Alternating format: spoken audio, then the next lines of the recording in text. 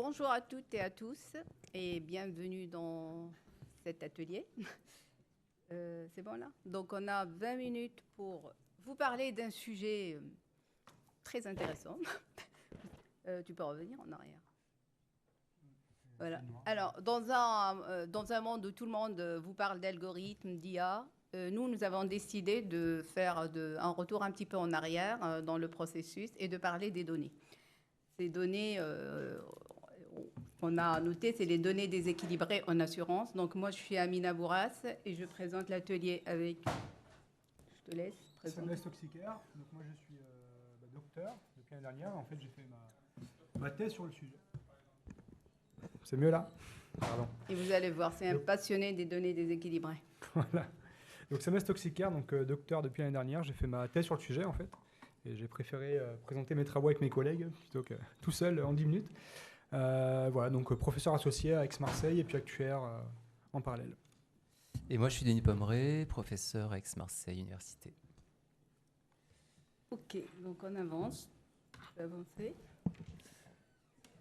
Bon, vous connaissez tous le principe fondamental de garbage in, garbage out. Donc, si les données ne sont pas de bonne qualité, l'algorithme ne peut pas vous renvoyer des résultats ou autre chose que ce qu'on lui a donné d'ingérer. Donc, c'est pour ça un algorithme qui a ingéré des données incomplètes ou bruitées ou déséquilibrées mène souvent à des prédictions très peu fiables. Quand vous êtes des actuaires, vous êtes en général habitués au pilier de la qualité des données. La qualité de données qui est un sujet fondamental pour la modélisation statistique. Donc vous connaissez ces trois principes. Mais une piqûre de rappel, c'est toujours intéressant. Là, on va parler de la pertinence. La pertinence, c'est la variable explicative qu'on choisit. Il faut qu'elle soit alignée avec la réalité, même si des fois... On peut parler de la couleur des chaussures, on cherche une corrélation avec la couleur des chaussures et la fraude. Mais bon, je ferme la parenthèse parce que ça nous amène sur un autre sujet. Mais il y a le sujet de la représentativité qui est aussi fondamental et que, en général, on cherche quand on choisit, quand on construit notre échantillon, on cherche à ce que tous les profils importants soient représentés. Et le point qui nous intéresse, sur lequel on va faire plus de focus dans cet atelier, c'est l'équilibre. L'équilibre, donc, et surtout l'attention particulière à certaines données rares. Mais vous savez, bon, vous le connaissez, il n'y a pas vraiment de définition très stricte du sujet, parce que sinon, Samuel n'aurait pas pu faire sa thèse sur le sujet. Donc, on ne va pas dire, oui, il faut que j'ai 50%, 50%. Il n'y a pas de définition très claire. Ça dépend de beaucoup de choses.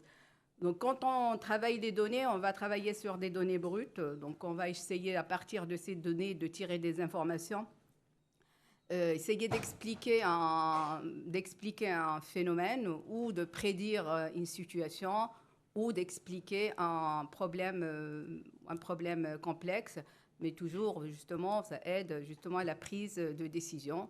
Et à partir de ces données, et on voit bien que quand on travaille ces données, les données contribuent énormément à comprendre le sujet lui-même. Dans l'assurance, on a plusieurs cas d'application où on va rencontrer ce problème de données déséquilibrées. Par exemple, si on prend le cas de la fraude, c'est un cas qui est vraiment qui est très intéressant parce que on va trouver quand vous allez on va dire travailler sur votre échantillon de données pour alimenter un algorithme qui va prédire un cas de fraude ou non. Vous avez travaillé vos données, vous avez construit votre on va dire input avec des 1 ou des 0. 1, il est fraudeur, 0, il n'est pas fraudeur. Et tout de suite, vous vous rendez compte que vous avez peut-être beaucoup plus de 0 que de 1. Et ça, ce cas, dans la réalité, il y a plusieurs raisons. Soit parce qu'on manque d'observation. On n'a jamais allé chercher à toper le sujet, est-ce qu'il est fraudeur ou pas fraudeur. Ou c'est parce que des fois, c'est très compliqué. Et aussi, le sujet de la fraude, c'est très intéressant parce que les fraudeurs, ils sont connus, ils innovent énormément. Du coup, il y a un comportement qui est évolutif et du coup, à chaque fois, on est à la recherche des variables, à la recherche des éléments qui expliquent les phénomènes. Et c'est d'où ce constat avec ces données déséquilibrées. Et on a le même phénomène avec aussi, quand on veut anticiper, on veut dire, ou prédire les résiliations sur certains périmètres, parce qu'après, c'est vrai, il se peut que le phénomène soit dans le domaine de l'assurance important, mais quand je travaille sur un segment d'activité ou sur un portefeuille, donc j'ai beaucoup moins de représentativité ou on va dire beaucoup moins de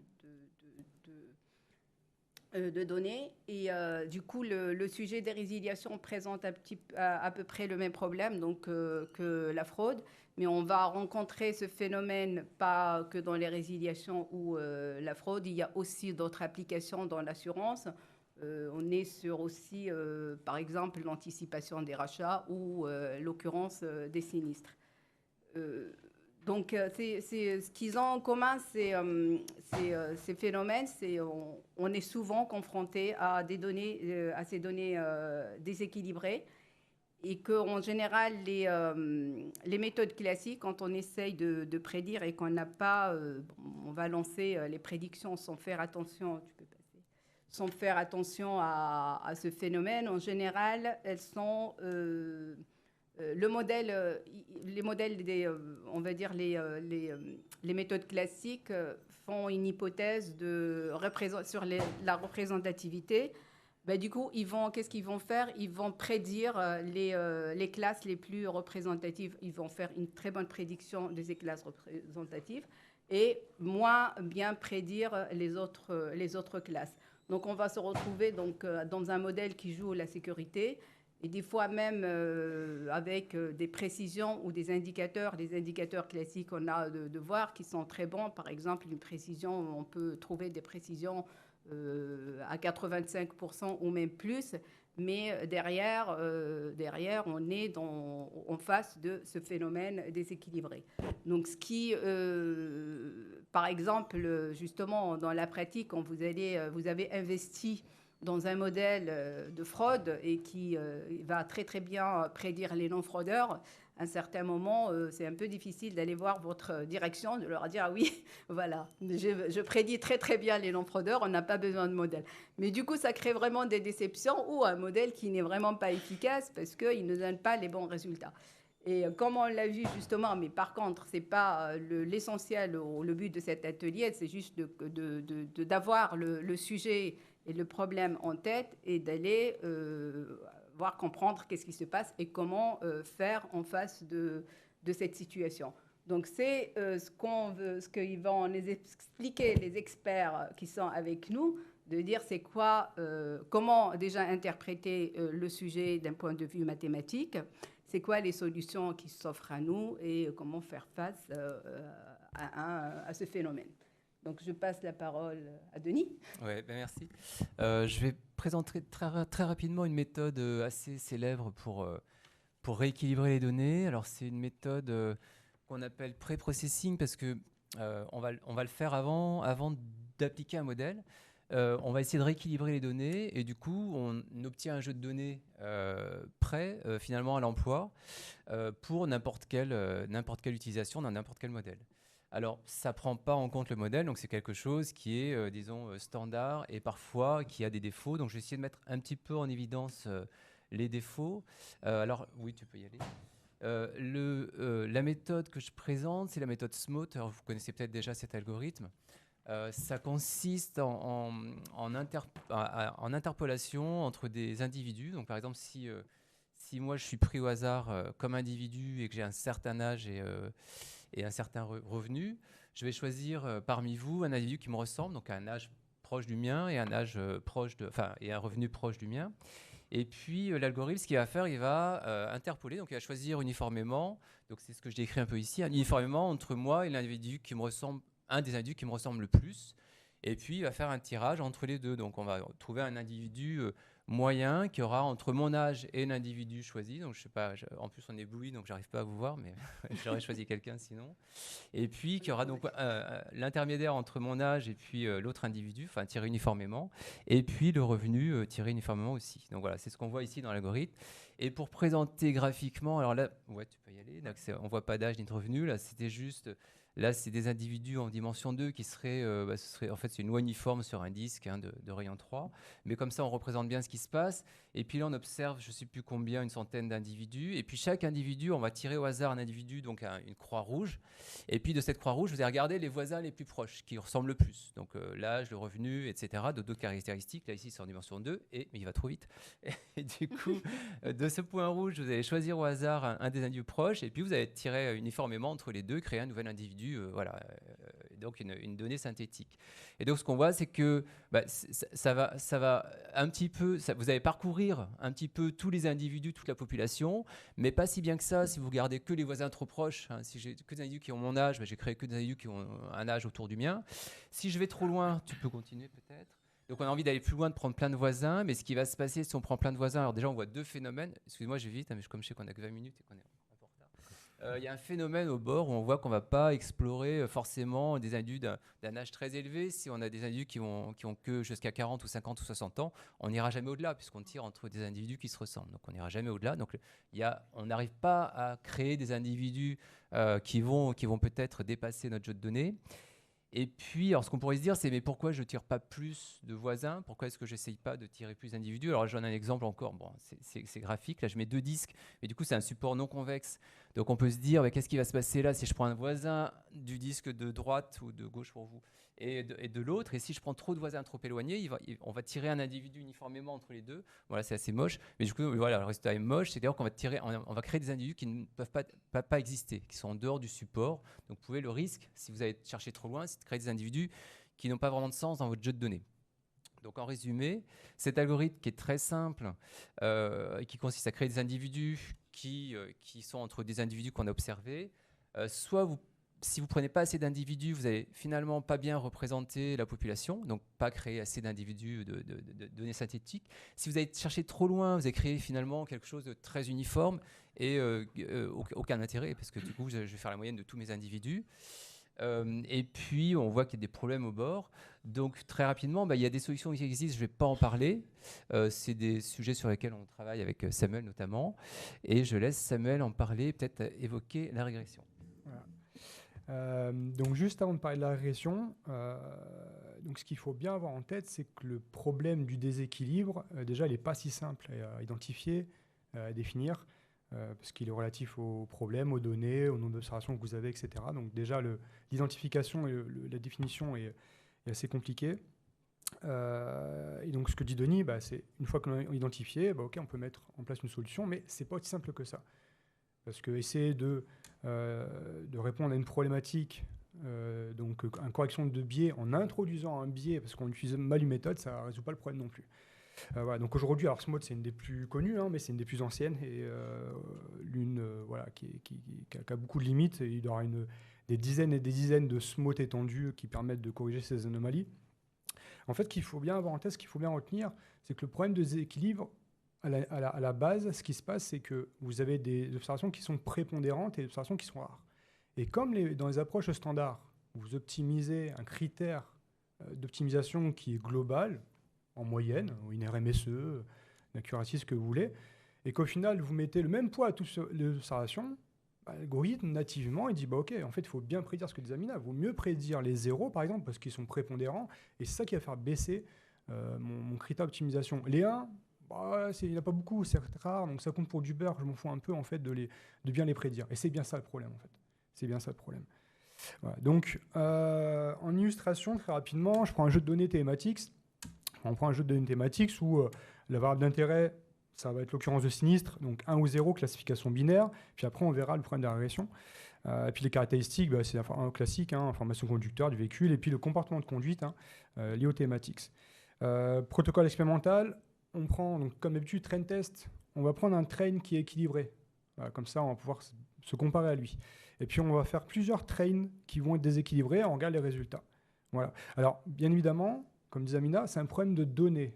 C'est pas un problème, c'est pas lié au modèle. Vous pouvez faire le modèle que vous voulez, ça ne change rien. Même un réseau de neurones, Random Forest, Boosting, qui sont les plus performants sur les données tabulaires, c'est pas un problème de modèle dès le départ. C'est un problème de données. Voilà, c'est ça qu'il faut bien comprendre. Voilà, donc on fait une prédiction auto-machine learning, voilà, indépendamment du modèle. Donc, plus vous allez à droite, plus vous aurez un échantillon qui va être déséquilibré. Donc là, on se rend compte... Hop. On se rend compte en fait que plus vous allez à droite, plus vous avez un échantillon qui est déséquilibré, et puis vous avez l'AUC. Alors, comme je fais du CAFOL, vous avez une petite boîte à moustache, mais là, vous voyez que c'est assez amusant parce que plus vous avez de données rares, et plus l'accuracy diminue. Après, vous allez me dire, oh, on passe 0,74, 0,64, c'est pas si grave. Et bien, voici la précision. La précision, alors on regarde jamais ça quand on fait de l'imbalance, la classification, mais vous avez la précision, alors en beige, vous avez les 1, et puis en orange, vous avez les 0. Et en fait, vous vous rendez compte que l'échantillon le plus déséquilibré à droite ici, il prédit à la perfection les 0, par contre les 1, il a 0,3 de précision, c'est une catastrophe. Voilà. Mais comme il y a beaucoup de 0, dans l'AUC, ça ne se voit pas. C'est pour ça qu'on a un AUC qui est 0,64, mais ce n'est pas du tout représentatif. Donc ce que disait Amina, les métriques que vous avez l'habitude de regarder, ça ne marche pas en cas de déséquilibre, en fait. Il faut revoir tout ça. Il faut revoir tout ça. Les métriques ne vont pas, les algos ne vont pas, les méthodes d'apprentissage ne vont pas. Il faut revoir tout ça. On fait du SMOT, donc la méthode qu'a présentée Denis. Alors, en bleu, vous avez donc l'AUC pour chaque échantillon déséquilibré. Donc, je rappelle, plus vous êtes à droite, plus vous êtes déséquilibré. En bleu, vous avez l'imbalance. Et puis le SMOT en beige, orange, beige. On voit que c'est un peu mieux quand même. On voit que c'est un peu mieux. Bon, ça pourrait être... alors, sauf là, quand c'est très déséquilibré, on voit quand même que c'est très, très volatile. Mais globalement, pour un ratio ici qui est à 0,05, voilà, on voit que c'est un peu mieux. Là, c'est un peu mieux aussi. Et également ici. Voilà. Bon, il y a du mieux, mais c'est pas encore trop ça. Donc, c'est voilà, ce que disait Denis. Ça, c'est pour la classification binaire. Donc, c'est généralement ce que les gens ont en tête, c'est la définition du problème de déséquilibre. C'est-à-dire que le déséquilibre, tout de suite, on a en tête, oui, c'est quand même plus de 1 que de 0 quand les classes sont déséquilibrées. Ce problème dépasse bien largement le problème de classification binaire.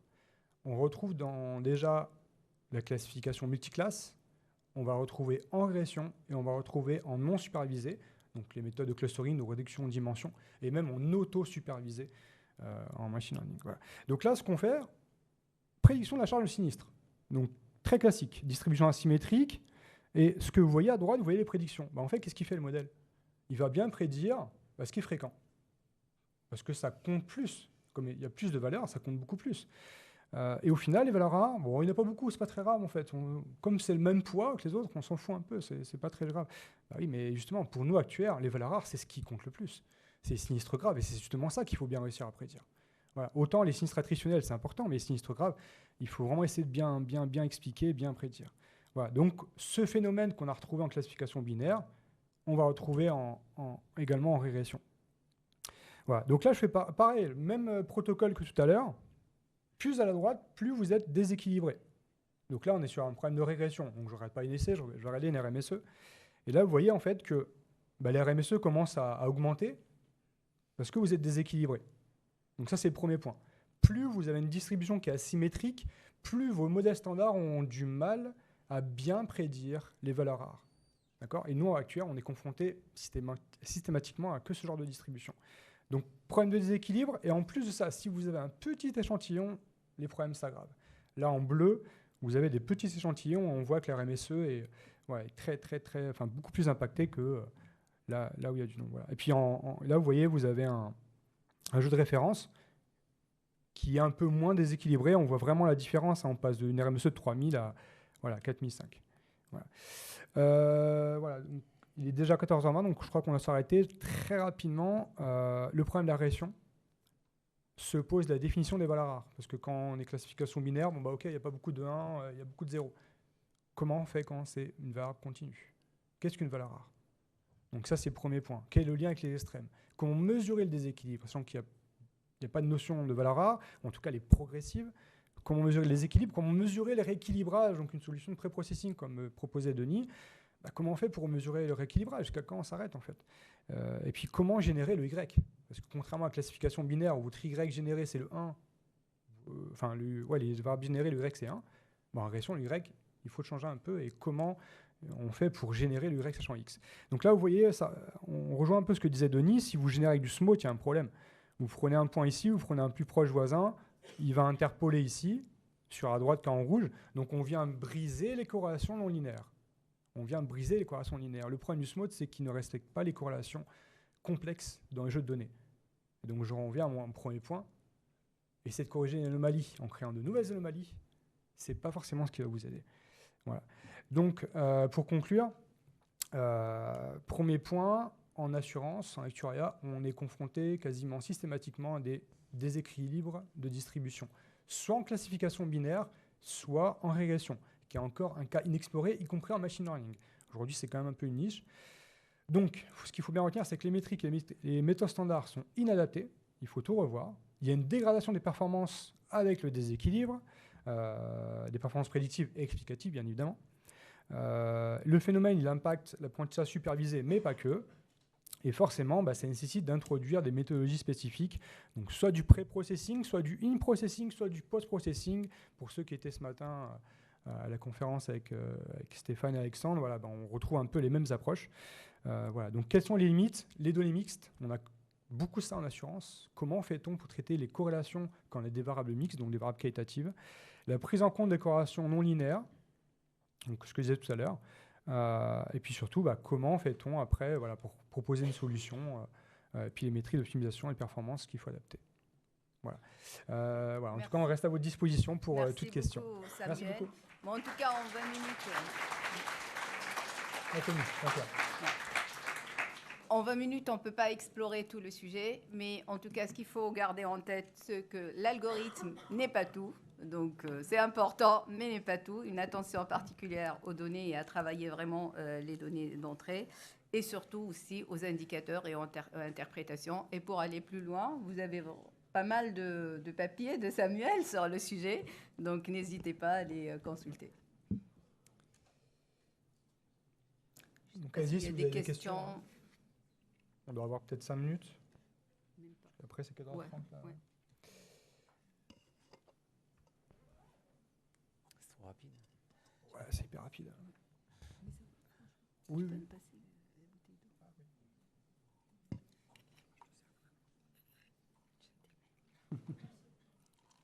Allez-y. Merci pour votre présentation. J'ai vu tout à l'heure, en fait, par rapport à la taille de données, sur votre graphique, en fait, c'est la taille de données qui compte beaucoup. Donc, c'est plus on a de données, plus on arrive à un peu mieux prédire, en fait, donc la taille de données compte. Sauf qu'en fait, il y a certains modèles qui prennent beaucoup moins de données que les autres. Par exemple, je veux dire, programmation génétique, qui prend beaucoup moins de données, en fait, que les réseaux neurones. Mais en fait, ça revient au même problème, c'est le décret de déséquilibre de données. Donc, en fait, je ne sais pas, en fait, si au final, la taille de données, ça compte ou pas, dans ce problème. Alors, oui, c'est une bonne question. La taille de données, ça compte énormément, parce que c'est pour ça que ce n'est pas juste une histoire de déséquilibre. Souvent, on voit, déséquilibre quand c'est en dessous de 10%. C'est pas aussi simple. C'est pas 11% je suis équilibré et puis 9% je suis déséquilibré. C'est un problème qui est forcément un peu dégradé progressivement. C'est progressif, en fait, ce phénomène. Et en fait, c'est pas qu'une histoire de ratio. Si on a 9% de déséquilibre, mais qu'on a 1 million de données, les modèles, en fait, il y aura quand même suffisamment de 1 pour qu'ils réussissent à apprendre. Maintenant, il faut quand même redresser, parce que même avec un million de données, s'il n'y a que 9%, 5% de 1, donc il y en a quand même suffisamment pour qu'ils puissent apprendre sur les 1, mais il y a toujours ce déséquilibre, donc ce rapport de force entre les 0 et 1 qui fait que nativement, les algorithmes ils vont préférer bien prédire les 0 que les 1. Maintenant, pour répondre à la question, il y a des travaux justement sur l'imbalance, parce que c'est un phénomène qui est très général, l'imbalance. Et il y a des travaux justement sur le big data et les data streams, en fait, et qui sont très spécifiques. Maintenant, nous, en pratique, aujourd'hui, en actuariat, on a quand même des solutions assez puissantes pour en tout cas faire tourner sur les données tabulaires, parce que l'imbalance concerne également les données non structurées, donc comme les images. Les images, le signal, le son, la vidéo, il y a même du déséquilibre dans ce type de données. Voilà, donc je ne sais pas si ça répond à la question, mais effectivement, la volumétrie des données est également un facteur. Merci.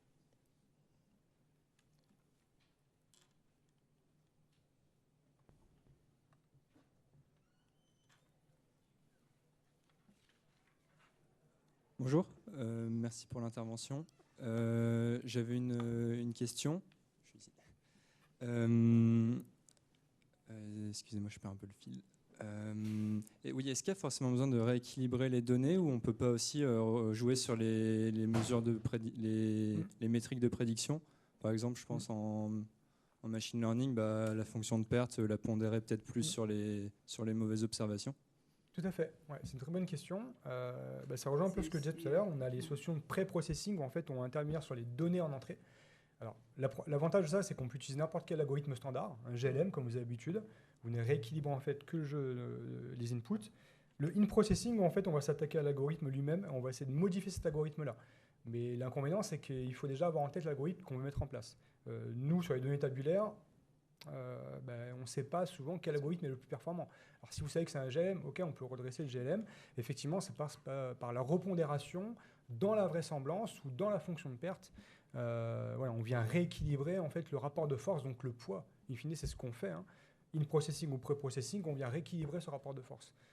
Et donc ça, effectivement, on peut le faire dans les modèles, en in-processing, et on peut également faire du post-processing, mais qui est une méthode un peu moins performante en machine learning. Il y a beaucoup de solutions en pré-processing et in-processing. Voilà. Mais dans nos travaux, par exemple, ce qu'on a fait nous avec un réseau de neurones, les variations autoencodeurs, on est venu modifier la fonction de perte, qui est une RMSE, un classique. Mais en fait, on a dit, au final, les valeurs rares, c'est tout aussi important. Et donc, on est venu repondérer les valeurs rares en fonction de la rareté. Voilà. D'accord, merci. Et l'avantage, si je peux ajouter, c'est que l'avantage, justement, ça répond à la problématique de ne pas introduire de biais. Parce que quand on gère des données synthétiques, il y a un gros risque d'introduire du biais si on fait n'importe quoi, si la méthode fait n'importe quoi. Le in-processing permet en partie de répondre à ça, mais le revers de la médaille, c'est qu'il y a un phénomène de surapprentissage. Si on donne un poids de 10 à une observation, voilà, ça peut être dangereux. Ok, merci. Les autres vont arriver, il est 27. Je pense que c'est bon. Merci. Merci à vous.